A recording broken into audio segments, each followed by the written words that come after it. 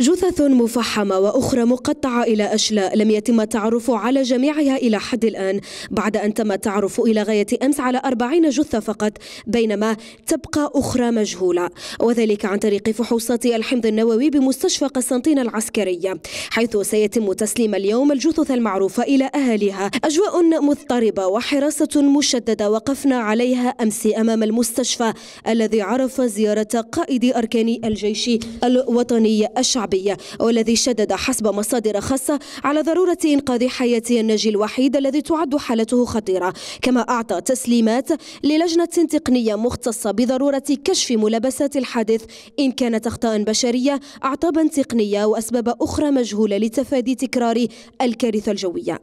يأتي ذلك بعد أن تم مساء أمس إيجاد العلبة السوداء بجبال فرطاس، أين تنقل مرة أخرى فريق الدزاير. إذن دوار بير عقلة أصبح منطقة عسكرية محظورة تشهد حواجز أمنية وعسكرية مشددة وانتشارا كثيف للجنود بسفح جبل فرطاس، أين تقوم كذلك فرقة محققة سينيو تقنية من الحميز إضافة إلى الشرطة العلمية بتمشيط المكان إلى غاية مساء أمس. الشاهد الوحيد لاصطدام أسفل الطائرة بجبل فرطاس هو راعي غنم تحدثنا إليه وتعذر علينا طبعا تصويره قبل أن يلحق شباب ولاد قاسم إلى عين المكان في الحين. احنا مع الأوائل كي وصلنا لقينا لي زابيلانس قالوا لك الطيارة طاحت في جبل تاع لارمي، حنا تبعنا عاوننا الحماية المدنية، وصلنا حنا الأولين الحق لقينا الدرك الوطني تاع ولاد قاسم في عين المكان، تما لقينا العسكر مسكين ميت ربي يرحمه، عاوناه هزينا معاهم. بعد كي كثرت الدوله ولاو تما قالوا لنا خليونا نخدموا خدمتنا، الدخان تما الاحوال الجويه ما تقدرش ميطره تشوف قدامك.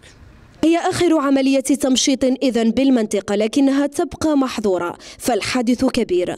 الكارثة التي خلفت قتل 4 نساء وأطفال إضافة إلى جنود عسكريين مجملهم 77.